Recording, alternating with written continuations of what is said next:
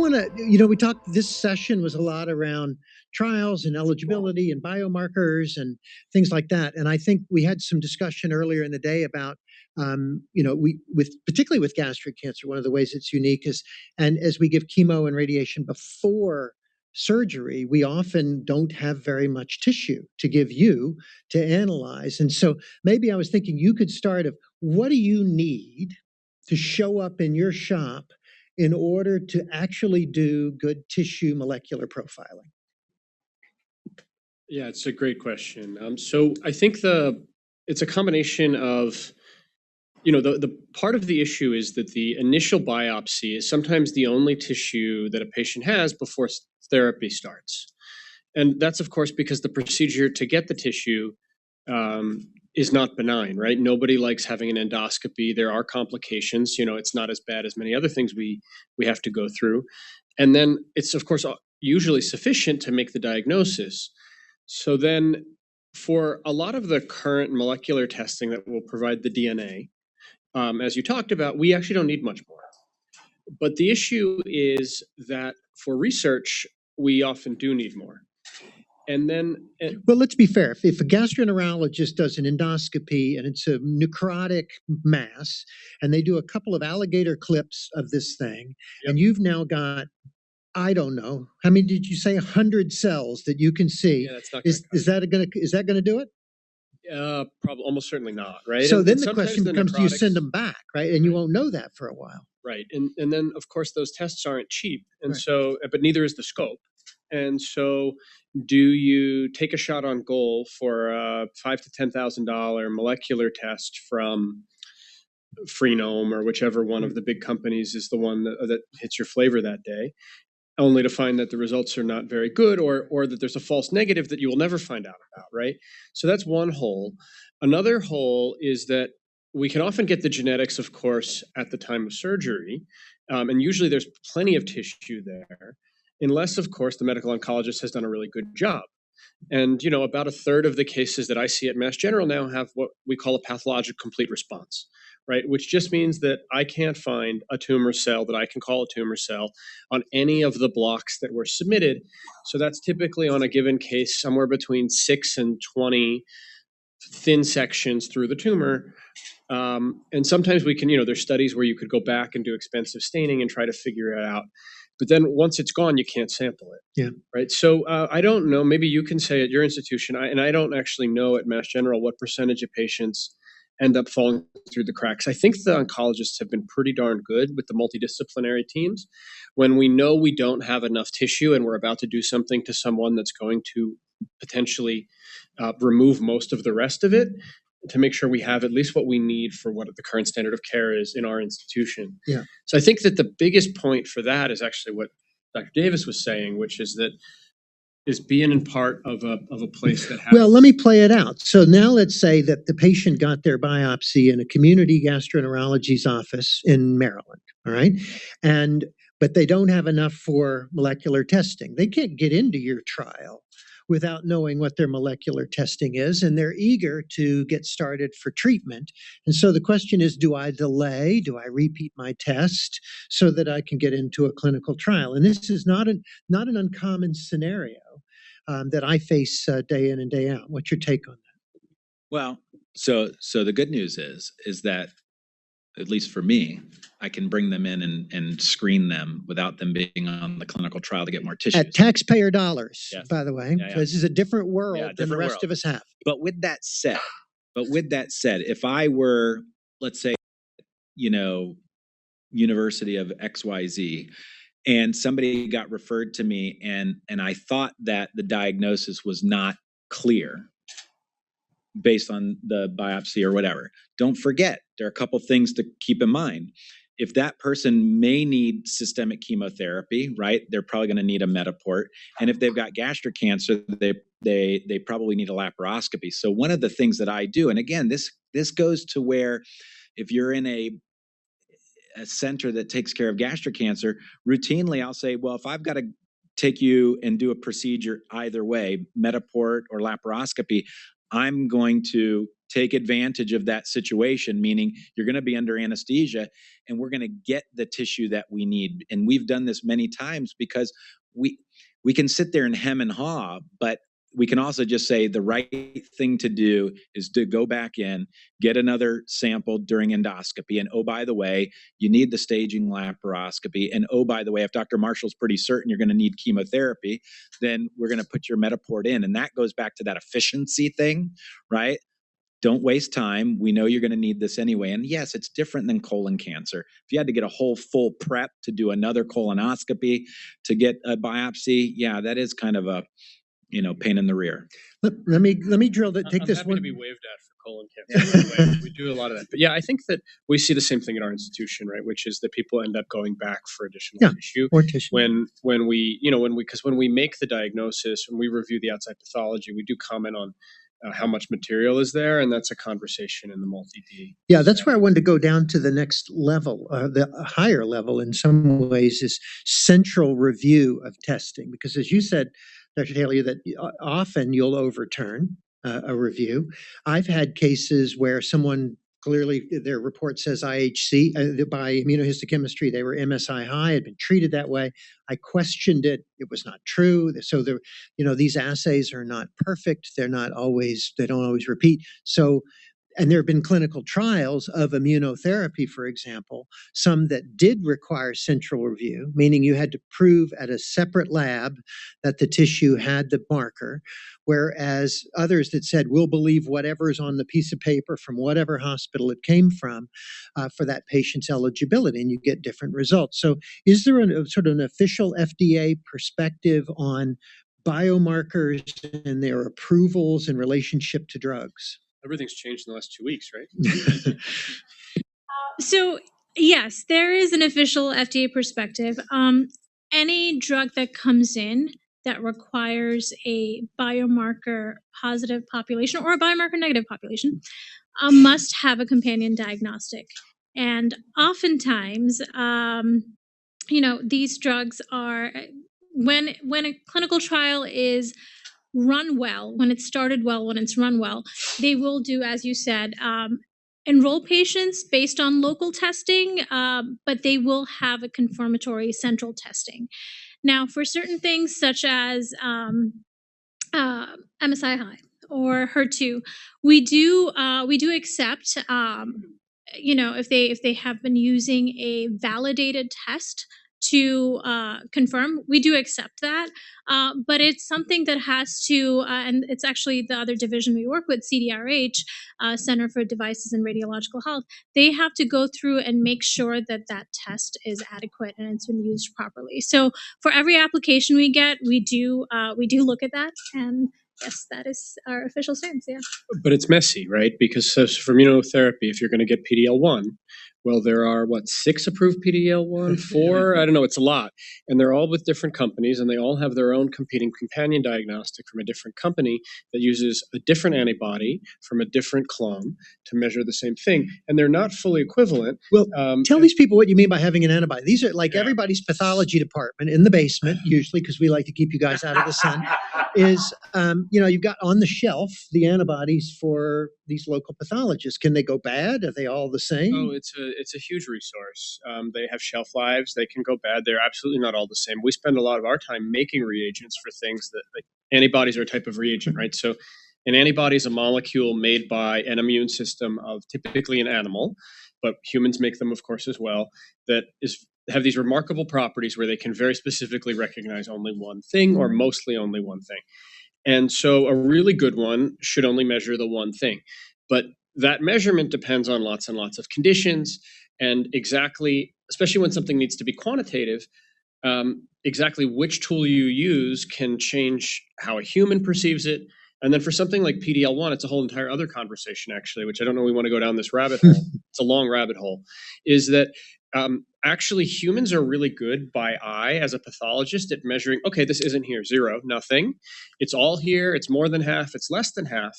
But for PD-L1, the CPS, the score that's used, it matters if it's less than 1, if it's 1, if it's between 1 and 5, if it's between 5 and 20. Percent was what we're saying. Yeah. And we are atrocious at this. And actually, there's a lot of studies that show how bad we are at it. And even, you can sit there and you can count, and you can spend a lot of time. So there's companies that, including a company called Path AI, my wife was a former employee there, was trying to make automated algorithms using AI to quantify it so that at least the same test, at least the results are reproducible. So there's a lot of, there's some stuff under the hood that is still a little bit variable. Let me take this a little further then. What's your perspective on retesting? We talked about rebiopsying, getting adequate tissue, that if, a lot of people have CPS 0 and they're like, oh, well, no IO for me. Is that done? You're done? Or should you kind of look again later? Different biopsy sites? It's a really, it's a hot topic, actually. Sam Klempner, my colleague, was telling me the other day about some examples he has of this where they've run PDL1 and they've asked me sometimes to run it just to test on 3 different samples that we have from the same patient. And they're not always the same. And a biopsy can be really small, a resection can be really big. Things change over time, tumors evolve. So I don't know what the current evidence-based answer to this is, but anecdotally, absolutely, there are differences. And so if there are multiple biopsies, a PDL1 immunostain all done and read by a pathologist is $300 or $400. Yeah. Maybe $500. I don't know what the billing is, but it isn't cheap, but it's a lot cheaper than a bad therapy or no therapy when there's something that could help somebody. Well, but what's your experience? No, I mean, I think sometimes we do it so to help justify getting the drug, right? You need to be able to show that the patient is eligible for the drug, and knowing that there's heterogeneity. I think, listen, this field is so still relatively young. Dr. Marshall said he was doing this, what did you say, 1,000 years ago? 1,000, yeah. Yeah, so I was doing it maybe 100 years ago. and before all these checkpoints were available, we were studying immunotherapy. And the truth is, we still don't have a full understanding about why it works, when it works, right? So all these cutoffs that we have right now, in some ways, have to do with justifying, that somebody somewhere, an insurance company, is going to pay for the drug. Well, I mean, they were made up at some point. We'll talk a little bit about that. So these cutoffs, a lot of these studies they were shown to at least have some value. Well, retrospectively, right? Yeah. So these studies were done where everybody got either A versus B, maybe an immune therapy added, and we did the markers after the fact, so you were all in.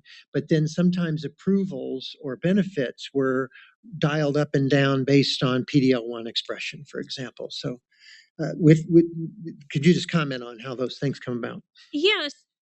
Oops, can you hear me? Yeah. So I think that that's actually something that we're grappling with right now in all GI cancers and other types of cancers too, because first of all, CPS1 versus, TPS, like it's a very, it's something that, again, I think that we cannot tell sponsors what to do. They come in with their proposal. And I think that, Pembro was approved so many years ago, like 2016. Yeah, right. So it was approved several years ago. So based on what we knew then, we went ahead, and I was not at the FDA then, but based on what we knew then, I think we were like, well, this is what seems to help, and these are the cutoffs that seem to help. I will say that now that we're getting data, and we're actually getting better at it, because again, I think we just restricted the approval of pembrolizumab to CPS more than 1 based on internal FDA subgroup analyses, based on the data we got from Merck showing that it was not effective in CPS less than 1, which really makes sense. But I think we constantly have to do that, and I think we're getting better at it. We're also trying to come up with a more reasonable way to assess all of this, given that PD-1 has just blown up, and immune checkpoint therapy in general has just blown up, and there's so many different drugs coming in, bispecifics, etc. So we're trying to get a good handle on it. And the reason not to slip your pathologist a C note and say, can you just make it CPS1, please? You don't want to do that. You don't want to do that because the data says it doesn't really work. But the reason that is we hurt people. Yeah, you hurt people. These drugs are not they're not benign at all. I mean, I can't tell you how many cases I see every week I'm on service of somebody who has nearly died, from some complication of immunotherapy. So, 1 in 5. Not Not died, but get serious toxicity. At least to the point that something really horrible has happened to them.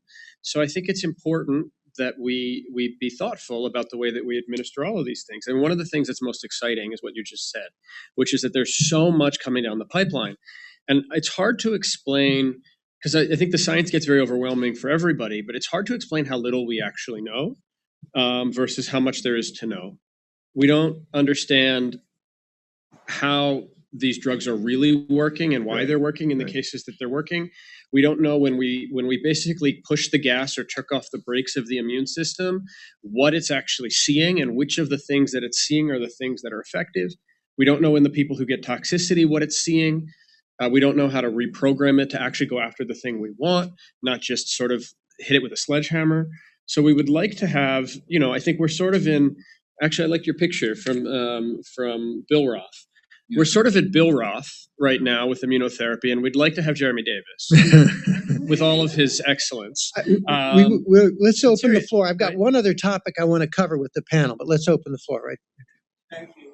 Thank you for a superb set of Thank you very much. Thank you for a superb set of presentations earlier. Continuing on the topic of advances in technology, and Dr. Gandhi, I don't mean to put you on the spot, but there's certainly been a lot of enthusiasm about multi-cancer early detection tests.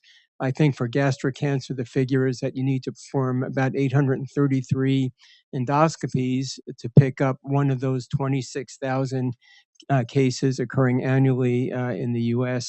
And having a test available where you could screen for a large number of cancers at once, particularly cancers for which we really don't have adequate screening tests, would be a great boon. That plus we've heard already this afternoon and this morning about the value of molecular residual disease testing. And I think I certainly may be mistaken, but have we heard that perhaps a week or two ago that there may be more FDA involvement and oversight for some of these types of tests? And if so, if we could ask what you might anticipate with FDA and oversight. Well, let's see. It was directed to the FDA, so respect the speaker. Push it one more time and just hold it and let go. Okay. Let go and you're good. And once it's green, you're good. Got it. Okay. So thanks for that question. So as a medical oncologist, I will not personally be overseeing that. I review the drugs. This would be something that will be overseen by the Center for Devices and Radiological Health. So the details are coming out slowly, but I do anticipate that, like you said, there will be a better oversight in trying to figure out like how we can detect these more efficiently. I think that's something that's been frustrating all of us. Dr. Taylor. Yeah, I mean, this is a super exciting area of research. I'm biased because I'm going to talk about it at 6:00. But I think, so a couple things that we now know. So if you look at the DNA mutations that Dr. Marshall mentioned that define cancer, and you sequence powerfully enough in anybody's blood, you can almost certainly find all of them. So what we don't understand actually is what the range of normal is so that we can understand the signature for cancer. And what we're learning, and I think we're really still very early in this endeavor, well, we have more and more powerful tools where we can ask very broad questions with a lot of power at one time, is we're starting to learn a little bit about what makes cancer and what makes tumor. What makes normal, but also we're starting to learn that we're going to need multiple modalities, which is why this multi-analyte thing is interesting, which is one of the places we're hoping our transposon test could be useful is in part of an MCED panel. So we only have proof of concept that this might be useful, but the circulating tumor DNAs are great, but they have both false positives and false negative rates. And the MCED clinics at places like the Dana-Farber and Mass General and other places are flooded with people who are, have gotten a result that could be a false positive for all that we know right now, and are then going to get maybe an immunotherapy trial, maybe something else. So we have a lot of work to do. It's a really exciting space because a liquid biopsy could potentially be something we do annually. I think ideally, rather than exposing people to radiation or other tests that are expensive, if we could get good enough at these, of course, we could do them on the regular. My sense is that the TSA will be doing this as we get through the airport. And the thing, it'll be red, you've got a gun, but some crab light goes off and says, you've got cancer. You go over here. Yeah. It's going to be great. It's going to make travel great again. I promise. There you are. You started to answer my question as you were speaking. I talk a lot about Guardant because that's the test that I get. And everybody knows Camilla, and she uses Signatera. And we're all, most of us are friends here, and we know I each smoke other's Lucky stories. Strikes myself. Yeah.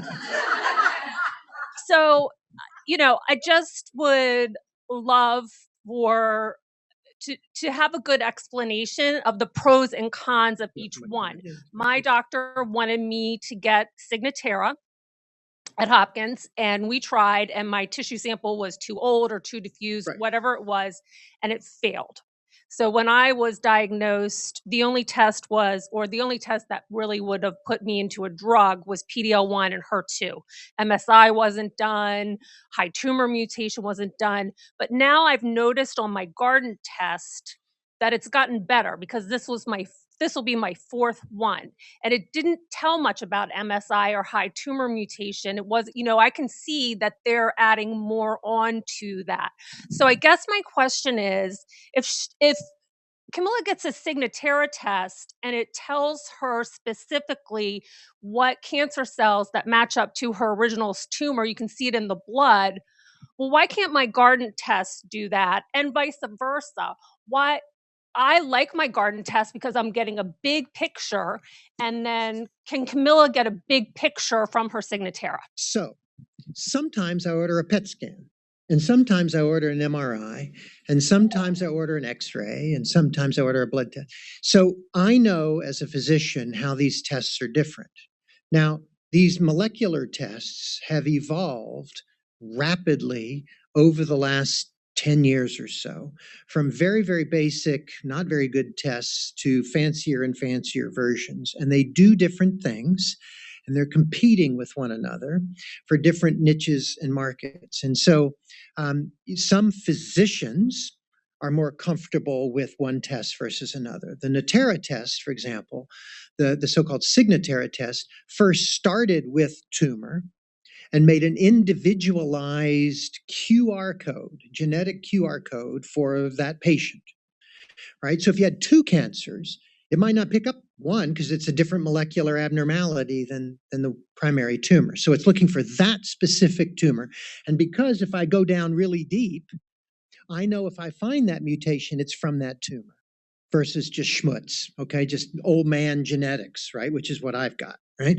So on the other hand, the Guardant test is not tissue informed.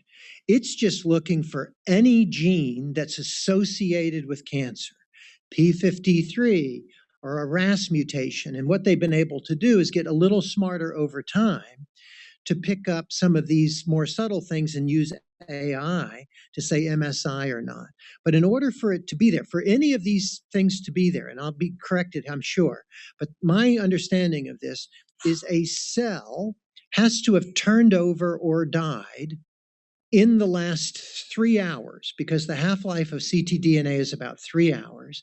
And so when the needle's going in, if it's not swimming past at an adequate amount, it'll be negative. And it'll come and go. And so certain locations, for example, we think in the abdominal cavity, it may not get there as well. For bizarre reasons, the Natera test is not picking up lung metastases. Okay. When I got a visible known lung metastases, the Natera test will be negative. And we don't understand why that's true. So the tests are different. We're learning different things. And I love, there's some correction and color commentary on all that, but that's why it's different. I got no corrections. I just have a little color commentary, which is that I agree completely with this point that these are all companies that are competing to do the best test and to capture bigger and bigger shares of the market, right? So for the sequencing of a solid tumor, for example, Foundation Medicine holds a huge piece of the market. And that was because it was much easier to send things to them than it was to make your own tests. And part of the reason I actually went and did my residency at Mass General is because Mass General Brigham had their own tests where we could look at the data ourselves and not just get a black box report at the end of the day from Foundation. Now, the thing is that all of these companies have billions of dollars now in research and development. And so they're able to actually scale and basically just buy technologies like the one that were made at Mass General Brigham, where they're useful, and incorporate them into their testing. So it's a little bit of, like, if you're a football fan, is like, are you going to root for I guess they're not the Redskins anymore here in town. I grew up in Baltimore. Yeah, I can't get used to that. No. But are you a Ravens fan? Are you or can you not get over the Colts thing still from 1976?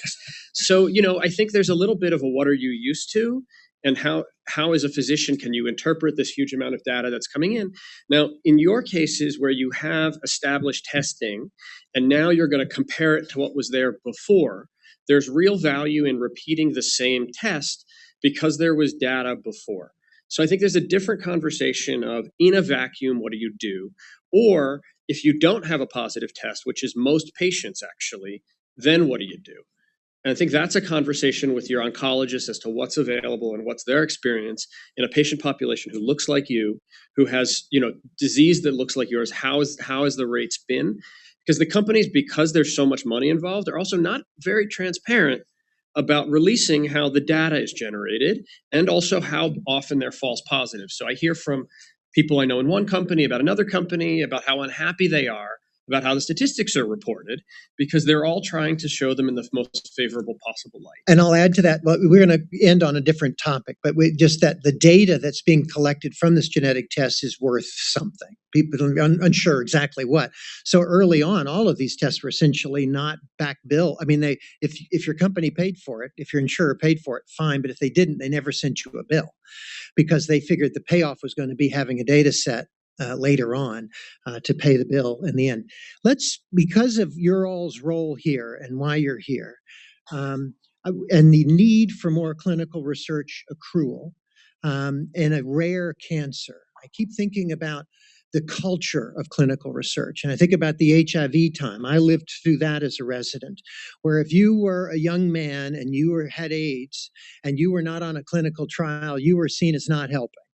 Right, you were societally sort of in your society, you were obligated, and the demand was met. Breast cancer. If you look at the wave of breast cancer patients early on, the 70s, 80s, and 90s, there were plenty of clinical trials, and it was the culture of the breast cancer community to be part of a clinical trial and move the bar. Because if you weren't going to help each other, it wasn't going to get done, right? And so the balance and the battle between delivering standard of care and it's reimbursed and it can be delivered quickly versus clinical trials. Is there one that's eligible? Are they too restrictive in a patient population? One of the things that I think is important for a group like this to get its hands around is what's the position on that? Do you push to make trials more simple? Do you make them multifaceted so everybody's eligible regardless of what kind of marker you have, but you have your own treatment pathway? There are ways of doing this to work together to drive the business to, in essence, the faster trials can get done, then the cheaper they are to do in many ways. So I wonder if anybody has thoughts or comments on that about the balance. And let me make one more provocative statement. Should we, if you go on to a clinical trial, incentivize that patient's behavior? In other words, should we somehow should we pay them on some level to do that? Why isn't an insurance company giving you a bonus if you go on a clinical trial because, waive your copays for the rest of your life, or don't pay for premiums while you're on the trial, or whatever that might be? Create some legislation around that to incentivize the process in favor of research. Yeah, so a couple of things. Since I live in the clinical trial world, which is not the real world, obviously, because I don't think about insurers and I don't bill, and that makes me happy. I think first is there's a stigma amongst patients and caregivers and whatnot, and the data are very clear. There are a lot of racial and ethnic groups out there that have been experimented on in decades or bygone eras, and that still permeates. I think we have to destigmatize clinical trials as last hopes. We have to remind people that you can be on a clinical trial and be in first-line therapy, right? Meaning that you're not forsaking anything by being in a clinical trial. I think from a person who writes clinical trials standpoint, we need to write clinical trials that are open and aren't too restrictive. These are kind of like more practical or pragmatic trials. And then I do like the idea of incentivizing. At NIH, they pay people to come and do all kinds of crazy stuff. I mean, like they lock people in rooms and give them measles or I don't know, some crazy stuff. And they pay them like, this is not going to help. Yeah. That, right? But my point is that we do incentivize people for a lot of things, right? Think about donating blood or plasma. There are places, right? So I think there's something that if we want to talk to legislators, what they can do, you also don't forget clinical trials are expensive to run out there in the real world. Okay. Very expensive. And guess who foots the bill most of the times? Pharma, right? Pharmaceutical company wants to run a trial on drug X. They're giving, Dr. So-and-so, $30,000 per patient or the institution, to run the clinical trial because it costs a lot of money. So we need to figure out ways to make it easier for places to participate in clinical trials, right? Not just write the clinical trial, but actually execute the clinical trial. I just want to say something a little also provocative about gastric cancer, which is like we have this marker now where we think we might be able to tell within 10 or 15 days if the therapy is working.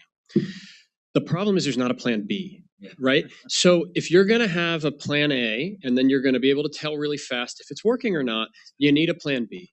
And so the reason we even have this marker is because 10 years ago, I thought it was interesting that there's this thing that's different between monkeys and humans that we've been evolving with. And what do you mean it makes a third of the genome and we don't know how it works? The point is that, and all of the immunotherapy also comes out of really just truly basic curiosity-driven science, which has fallen off the funding cliff in this country. Right. And so the problem is that we are reaping right now the benefits of many years of really great basic research with a pipeline that is pretty stuffed and starting to feel really nice. But the new discoveries are not being made because that work is not being funded. And those people are going to companies instead of staying in academia because it's not a tenable career. So there's another problem, which I know doesn't help anybody who now has stage 4 gastric cancer, who wants to try to find the best next trial, but is a really big societal problem, which is that if we want to actually fix some of this, we need to keep funding the basic research that makes the new therapies that may one day change the needle. So money. We want money and different ways of getting it. So one more. I just have something interesting to add about your original question. I do think that there's a really large push towards decentralized trials, and that's something that, again, I'm not part of this group, but there is a working group at the FDA, and we've been pushing towards that because a lot of what we've seen, ironically, I've seen working at the FDA where I don't see patients, is I've learned a lot about how difficult it is for patients in the community to get access to drugs. And actually, I think the harder thing is to just go once a week or once every other week to get lab tests. So I think the push towards decentralized trial is, and we're actually incorporating that and pushing for a lot of registrational phase 3 trials, even early phase trials, if it's possible.